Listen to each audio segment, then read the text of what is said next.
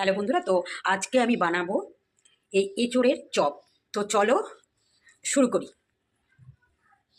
কড়াই বসিয়ে দিয়েছি, কড়াইয়ের মধ্যে দিয়ে দিলাম জল, দিয়ে দিলাম খাবার সোডা, আর এঁচোড়টা আমি আগে কেটে ভিজিয়ে রেখেছিলাম সেটা দিয়ে দিলাম কড়াইয়ের মধ্যে। এবার ঢাকা দিয়ে দিলাম।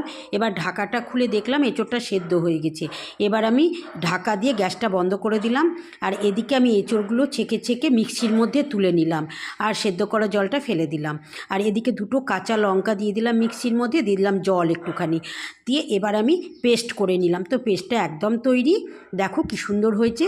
আর এদিকে কড়াই বসিয়ে দিলাম, কড়াইয়ের মধ্যে দিয়ে দিলাম সর্ষের তেল, দিয়ে দিলাম জিরের ফোড়ন, দিয়ে দিলাম চিনে বাদাম ভাঙা, সেটাকে একটু ভেজে নেওয়ার পরে রসুন থেতো করে রাখা সেটা দিলাম, পেঁয়াজ কুচানো দিলাম, ওটা ভাজা হয়ে গেলে আদা বাটা দিলাম, দিলাম মিট মশলা, দিলাম হলুদ, আর দিলাম বিট লবণ। এটাকে কষে নেওয়ার পরে আমি পেস্টটা ঢেলে দিলাম। এবার দেখো একটুখানি স্বাদের জন্য চিনি দিলাম, চপে কিন্তু চিনি লাগে না, এটা এঁচোড় বলে আমি একটু চিনি দিলাম, মিষ্টি দিলাম। তো দেখো তৈরি হয়ে গেছে কিমাটা, সেটা ঢেলে নিলাম। আর এদিকে আমি বাটির মধ্যে বেসন, বিট লবণ, হলুদ আর সর্ষের তেল দিয়ে ভালো করে, আর খাবার সোডা আর জল দিয়ে ভালো করে আমি সেটাকে ফেটিয়ে নিলাম। যত ফেটানো যাবে বেসন তত মুচমুচে খাসতে হবে। এদিকে দেখো আমি চপটা বানিয়ে নিলাম এঁচোড়ের। তো দেখো এইভাবে আমি সব চপগুলো বানিয়ে নেব। তো দেখো আমার বানানো হয়ে গেছে।